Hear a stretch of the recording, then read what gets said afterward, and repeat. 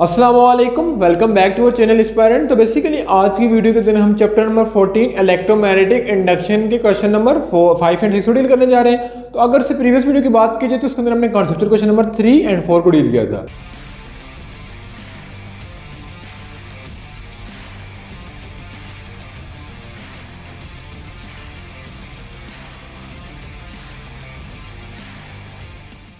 ठीक है, तो वीडियो स्टार्ट करने से पहले आपसे छोटी सी रिक्वेस्ट है कि अगर आपने चैनल सब्सक्राइब नहीं किया तो सब्सक्राइब कर दें और साथ बेल आइकन को भी प्रेस कर दें ताकि लेटेस्ट से लेटेस्ट वीडियो आप तक पहुंच सके।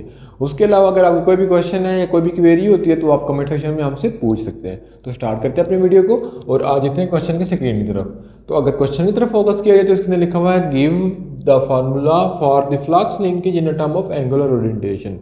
अब एंगुलर ओरिएंटेशन के रिस्पेक्ट से फ्लक्स लिंकेज का फार्मूला क्या हो जाएगा। ठीक है, तो पहले हमने फ्लक्स पढ़ा हुआ है। अब फ्लक्स और फ्लक्स लिंकेज में क्या फ़र्क है कि जो फ्लक्स था उसके ऊपर ओरिएंटेशन आ रही है। ठीक है, जैसे लेट्स को मेरे पास कोई सर्किट था, अब इसके ऊपर ओरिएंटेशन आ रही है। ठीक है, जैसे मैं यहाँ पे एक कंडक्टर बना दूँ, अब इसके ऊपर डिफरेंट ओरिएंटेशन बना दूँ। ठीक है, अब इसका मैंने फ्लक्स लिंकेज कैलकुलेट करना है। ठीक है, तो इसको हमने कैलकुलेट करना विद रिस्पेक्ट टू फार्मूला। तो अगर हम देखा जाए तो मैग्नेटिक फ्लक्स लिंकेज का फार्मूला क्या होता है कि product of magnetic flux and number of turn, यानी flux into number of turn is called flux linkage. ठीक है, जिसकी वजह से flux linkage through a surface is number of turn into magnetic flux आ जाएगा। फिर मैग्नेटिक फ्लक्स लिंकेज की मैथमेटिकल फॉर्म यहाँ पे लिखी हुई है। ठीक है, उसके बाद हमने पढ़ा था कि हमारे पास मैग्नेटिक फ्लक्स, ठीक है, is equal to magnetic field into area. ठीक है, ये हमने पढ़ा था। तो मैग्नेटिक फील्ड की जगह पुट कर दिया मैग्नेटिक फील्ड इनटू एरिया, ये आ गया। फिर मैग्नेटिक फ्लक्स लिंकेज का फर्दर फॉर्मूला के साथ किया तो NH आ गया और मैग्नेटिक फ्लक्स की जगह ये वैल्यू पुट करी तो B डॉट A आ गया। ठीक है, अब देखा जाए तो मैग्नेटिक फ्लक्स लिंकेज के अंदर हमारे पास डॉट प्रोडक्ट होता है क्योंकि हमारे पास फ्लक्स आ रहा है, फ्लक्स का होता है B डॉट A। ठीक है, अब जो मैग्नेटिक फ्लक्स है वो डॉट प्रोडक्ट है, तो डॉट प्रोडक्ट के लिए हमारे पास क्या आ जाएगा कॉस थीटा, तो हमारे पास कॉस थीटा आ गया। हैज वी नो, जब हम एंगल की बात करते हैं, जब हम एंगुलर ओरिएंटेशन की बात करेंगे तो हमारे पास पड़ा था कि theta is equal to omega T for angular orientation. ठीक है, तो थीटा किसको होता है ओमेगा टी। ठीक है, तो उसकी क्या पुट कर दिया ओमेगा टी। अब ओमेगा टी क्या होता है 2 पाई एफ, आपने पढ़ा होगा एंगुलर एक्सेलरेशन, तो वो किसको बोलता है सॉरी एंगुलर फ्रीक्वेंसी, तो इस चीज को बोला जाता है एंगुलर फ्रीक्वेंसी। अब एंगुलर फ्रीक्वेंसी किसे करता है 2 पाई एफ के इक्वल है, वो पुट कर दिया। ठीक है, उसके बाद अब इस थीटा की जगह ये वैल्यू पुट कर देंगे तो मेगा टी आ जाएगा, तो NBA cos मेगा टी ये आ गया। ठीक है, तो अब इसमें क्या लिखा है कि which represent the flux linkage in term of angular orientation theta is equal to mega T. तो बेसिकली जो इक्वेशन निकली है ये flux linkage for angular orientation के लिए निकली है। तो अगर आपने पूछ दिया कि what is the formula of angular orientation, तो आपने लिखना है कि flux is equal to NBA cos omega T. तो आई होप सो कि क्वेश्चन आपको समझ आ गया होगा। तो इसके बाद हम मूव करते हैं नेक्स्ट क्वेश्चन की तरफ। तो बेसिकली अगर क्वेश्चन नंबर 6 से देखा जाए तो लिखा कि how electromagnetic brake work explain, कि बेसिकली इलेक्ट्रोमैग्नेटिक ब्रेक कैसे काम करते हैं, यानी जो हमारे ट्रक में, जो हमारी गाड़ियों में, जो हमारे मोटरसाइकिल में जो ब्रेक सिस्टम होता है वो वर्किंग कैसे करता है। ठीक है, तो उसको डील करने जा रहे हैं। तो बेसिकली अगर देखा है तो electromagnetic braking mean to apply brake by using electric and magnetic power. जो हम ब्रेक अप्लाई करते हैं और गाड़ी एकदम रुक जाती है, उसके अंदर बेसिकली मैकेनिज्म क्या होता है applying brake by using electric and magnetic power. अब वो बेसिकली जो गाड़ी रुकती है या ब्रेक अप्लाई होती है वो due to electric and magnetic power की वजह से होती है। अब इलेक्ट्रिक एंड मैग्नेटिक पावर जो उसके अंदर होती है इसको बोला जाता है एडी करंट। ठीक है, अब मतलब के क्वेश्चन आ सकते हैं कि ब्रेक बेसिकली काम कैसे कर रही है। तो अगर ब्रेक की वर्किंग की बात करें तो टू रिक्वायर ब्रेक, यानी ब्रेक लगाने के लिए सबसे पहले क्या फंक्शनैलिटी परफॉर्म होती है कि current if pass in electromagnetic. ठीक है, अब करंट पास होता है इलेक्ट्रोमैग्नेट में, अब ये इलेक्ट्रोमैग्नेटिक लगा हुआ है, जैसे आपको सामने डायग्राम नजर आ रही है, ये ब्रेक का सिस्टम है कि ब्रेक काम कैसे करती है। ठीक है, current is pass to electromagnet, यानी करंट इसमें पास करता है। जब करंट इसके पास करता है तो इसके अंदर डिफरेंट कॉइल लगी होती हैं।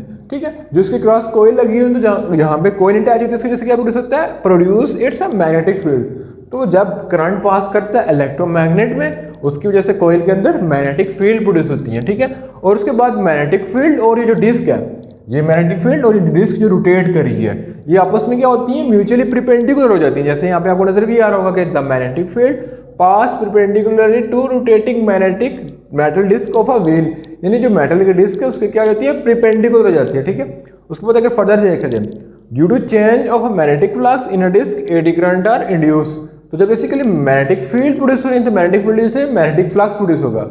जब मैग्नेटिक फ्लक्स प्रोड्यूस होगा तो उसकी वजह से एडी करंट सर्किट में आ जाएगा। जब एडी करंट सर्किट के अंदर आ गया तो eddy current produce there such magnetic field that interact with the magnetic field of electromagnetic and oppose the rotation of wheel according to Lenz law। ठीक है, तो बेसिकली इस लाइन का फोकस करें, ये मेन लाइन है कि द एडी करंट प्रोड्यूस, जब एडी करंट प्रोड्यूस हो रहा है such magnetic field interact with the magnetic field of electromagnetism. तो जो बेसिकली मैग्नेटिक फील्ड प्रोड्यूस हो रही थी वो कहाँ से प्रोड्यूस हो रही थी कि जब इसके क्रॉस करंट आया तो इस कोयल के थ्रू जो है वो बेसिकली मैग्नेटिक फील्ड प्रोड्यूस हो रही थी। अब जो मैग्नेटिक फील्ड प्रोड्यूस हो रही है वो अपोज कर रही है, ठीक है, रोटेशन ऑफ व्हील के बारे में, ठीक है, यानी जिसकी इसकी डायरेक्शन होगी उसको अपोज करेगी। तो आपको सिस्टम जब अपोज करता है वो क्यों अपोज करता है? ड्यू टू लेंज लॉ, यानी जहां पे नेगेटिव साइन शो करता है कि Lenz law always opposite source, यानी जो उसकी सोर्स होती है उसको हमेशा अपोज कर रहा होता है। उसके बाद hand speed will slow down, mean अगर गाड़ी आगे की साइड मूव कर रही है, ठीक है, तो जब हमारे पास प्रोड्यूस हुआ इलेक्ट्रोमैग्नेटिज्म में मैग्नेटिक फील्ड वो अपोज कर रही होगी किसको? रोटेशन ऑफ व्हील को, यानी अगर टायर इस डायरेक्शन में प्रोड्यूस हुआ है तो जो उसके अंदर मैग्नेटिक फील्ड प्रोड्यूस हुई है वो उसको अपोज करेगी। जब वो अपोज करेगी तो उसके अंदर लेंज लॉ लग जाएगा और गाड़ी रुक जाएगी, ठीक है। मीन अगर गाड़ी फर्दर आगे की साइड मूव करेगी तो जो उसके अंदर लिखा होगा ब्रेक सिस्टम वो उसको अपोज करेगी, यानी उसको चाहेगी कि पीछे साइड मूव करे, तो पीछे साइड मूव करने की कोशिश करेगी तो ब्रेक अप्लाई हो जाएगी और गाड़ी रुक जाएगी। Mean due to Lenz law car क्या हो जाती है? स्टॉप कर जाती है, क्योंकि जो गाड़ी आगे की साइड मूव कर रही होती है तो उसको व्हील को वो पिछली साइड पुश करती है, ठीक है। जब वो बैक साइड पुश करती है तो गाड़ी रुक जाती है, ठीक है। तो बेसिकली ये था क्वेश्चन नंबर 6। उसके बाद क्वेश्चन नंबर 7 की तरफ तो लिखा हुआ कि how eddy current can be minimize in transformer, यानी एडी करंट को हम ट्रांसफार्मर में कैसे कम कर सकते हैं, इसको डील कर लेते हैं, ठीक है। अब लिखा हुआ है इसके आंसर की तरफ आए तो eddy current are a loop of electric current induced with the conductor. अब एडी करंट कौन सा करंट होता है? जो किसी कंडक्टर के अंदर प्रोड्यूस हो रहा होता है। अब जब कंडक्टर के अंदर करंट प्रोड्यूस हो रहा होता है तो उसके रिस्पेक्ट से जो है मैग्नेटिक फील्ड प्रोड्यूस होती है, ठीक है, by a changing magnetic field in the conductor, ठीक है, उसके अंदर मैग्नेटिक फील्ड प्रोड्यूस होती है। अब eddy current flow in a close loop, एक चीज का ख्याल रखना कि जब भी करंट फ्लो करेगा एडी वो क्लोज लूप के अंदर फ्लो करेगा, ओपन लूप के अंदर वो फ्लो नहीं कर सकता। When the transformer core in a plane perpendicular to magnetic field, जो ट्रांसफार्मर की कोर होती है जो यहाँ पे आपको नजर आ रही होंगी, ये और मैग्नेटिक फील्ड एक दूसरे क्या हो जाती है? परपेंडिकुलर हो जाती है, ठीक है। अब मिनिमाइजेशन ऑफ एडी करंट, यानी एडी करंट को मिनिमाइज कैसे कर सकते हैं? Transformer core are made up of laminated soft iron core consist of many thin sheet. अब जो ट्रांसफार्मर की कोटिंग होती है, ठीक है, जैसे आपने देखा होगा कि अगर लेट्स सपोज मैं यहाँ पे ट्रांसफार्मर बनाऊँ तो ट्रांसफार्मर की कुछ यूं शेप होती है, ठीक है। ट्रांसफार्मर बना होता है बेसिकली कैसे बनता है? Laminated soft iron core consist of many thin sheet. अब उसके अंदर बहुत ज्यादा थिन छोटी छोटी शीटें होती हैं but separated by thin insulating layer. अब जो दो लाइनें लगी हुई है इंसुलेटिंग लेयर जो इसको सेपरेट करता है दोनों शीट्स को, ठीक है। उसके बाद the resistance of a core should be increase, ठीक है। अब इस जूं मतलब कि हमारे पास बेसिकली एडी करंट आता रहेगा तो इसकी जो रेजिस्टेंस है वो क्या हो जाएगी? वो भी इंक्रीज होती जाएगी। The limit the circulation of eddy current to very small, जिसकी वजह से एडी करंट क्या हो जाएगा? बहुत कम हो जाएगा। Thickness rather than the whole you core, ठीक है, जो इसकी कोर होगी मतलब कि जो इसकी मूवमेंट है, ठीक है, इसकी वजह से एडी करंट क्या हो जाएगा? बहुत कम हो जाएगा, ठीक है। दिल will reduce the overall heating effect, जिसकी वजह से ट्रांसफार्मर के अंदर हीट प्रोड्यूस नहीं होती और वो जलता नहीं है।